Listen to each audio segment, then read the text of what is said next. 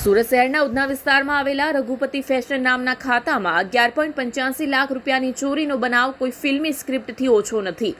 ચોરી કરવા આવેલા ચોરે બુરખો પહેર્યો હતો। ચોરી કર્યા બાદ ચોરે પોતાના હાથથી કોરા કાગળ પર આપકા કારીગર નામની ચિઠ્ઠી લખી અને ટેબલ પર મૂકી। માત્ર એટલું જ નહીં, પત્ર લખ્યા બાદ આરોપી સીસીટીવી સામે 10 વાર નમીને માફી માંગી રહ્યો હતો। શરૂઆતમાં પોલીસે વિચાર્યું કે આ કારીગરે ચોરી કરી હશે, પરંતુ જ્યારે તપાસ આગળ વધી ત્યારે ચોર કોઈ અન્ય નહીં પરંતુ રીઢો ગુનેગાર નીકળ્યો। પોલીસને ગુમરાહ કરવા માટે કારીગરના નામે પત્ર મૂક્યો હતો અને ચોરી કર્યા બાદ પત્નીને ફ્લાઇટથી ઓરિસ્સા મોકલી દીધી હતી। આ પ્રકરણમાં પોલીસે બંને આરોપીઓની ધરપકડ કરી છે। ડીસીપી પિનાકિન પરમારે જણાવ્યું કે મુખ્ય આરોપી લાલા છે, જે ઓરિસ્સાનો રહેવાસી છે। તેણે પોલીસને ગુમરાહ કરવા માટે કારીગરના નામે પત્ર લખ્યો હતો। લાલા પર અત્યાર સુધીમાં 12 જેટલા ગુનાઓ નોંધાયા છે। આરોપી લાલા તેની ઇન્સ્ટાગ્રામ આઈડી પરથી સાડીઓના એડ્રેસ શોધીને રેકી કરતો હતો। તે રાત્રે મોપેડ સાથે સ્કૂલ બેગમાં ચોરીના સાધનો રાખી નીકળતો હતો અને ગિરીશ નામના સાગરીત સાથે ચોરીને અંજામ આપતો હતો। આ વખતે લાલાએ 11.85 લાખ રૂપિયા ચોરી કર્યા હતા, પરંતુ ગિરીશને માત્ર 2 લાખ મળ્યા હોવાનું કહી 1 લાખ રૂપિયામાં સેટ કર્યો હતો। ચોરી કર્યા બાદ લાલાએ પત્નીને ફ્લાઇટથી ઓરિસ્સા મોકલી દીધી।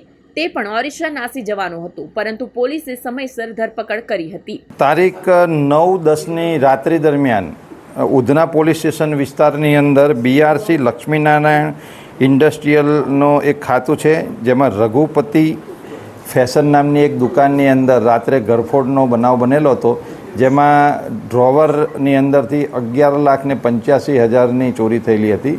જેની અંદર જે સીસીટીવી ફૂટેજ ચેક કરતા એવું જણાઈ આવેલું હતું કે એક ઈસમ એના બાથરૂમની ગ્રીલને તોડીને અંદર દાખલ થાય છે। એણે મોઢા ઉપર બુરખો બાંધેલો હતો, એટલે જેની ઓળખ થઈ શકતી નથી, પરંતુ ગ્રીલ તોડીને રૂમમાં આવી 11,85,000ની એણે ગરફોડ કરીને ચોરી કરેલી હતી। તો ફરિયાદના આધારે પોલીસે તાત્કાલિક ગુનો દાખલ કરી અને પોતાની ટીમો કામમાં લગાડી, જેમાં ઉધના પોલીસની ડિસ્ટાફની ટીમને એમાં સફળતા મળી, જેમાં એ લોકોએ ઘણી મહેનત કરી અને હ્યુમન ઇન્ટેલિજન્સ અને ટેકનિકલ સર્વેલન્સના આધારે 2 આરોપીઓને પકડેલા છે। જેમાં એક આરોપીનું નામ છે લાલા ઉર્ફે નેલુ ઉર્ફે ગુરખા ઉર્ફે રાજ, જે મૂળ ઓરિસ્સા ગંજામનો રહેવાસી છે, અને બીજો આરોપી છે ગિરીશ ઉર્ફે ધીરજ વનરાજ પાટીલ, જે જલગાંવ મહારાષ્ટ્રનો રહેવાસી છે। આ બંને આરોપીઓ અગાઉ પણ ઘણા ગુનામાં પકડાયેલા છે, જેમાં જે આ લાલા ઉર્ફે ગુરખો છે, જે સુરત શહેરની અંદર 12 જેટલા ગરફોડ ગુનાઓમાં અત્યાર સુધી પકડાયેલો છે।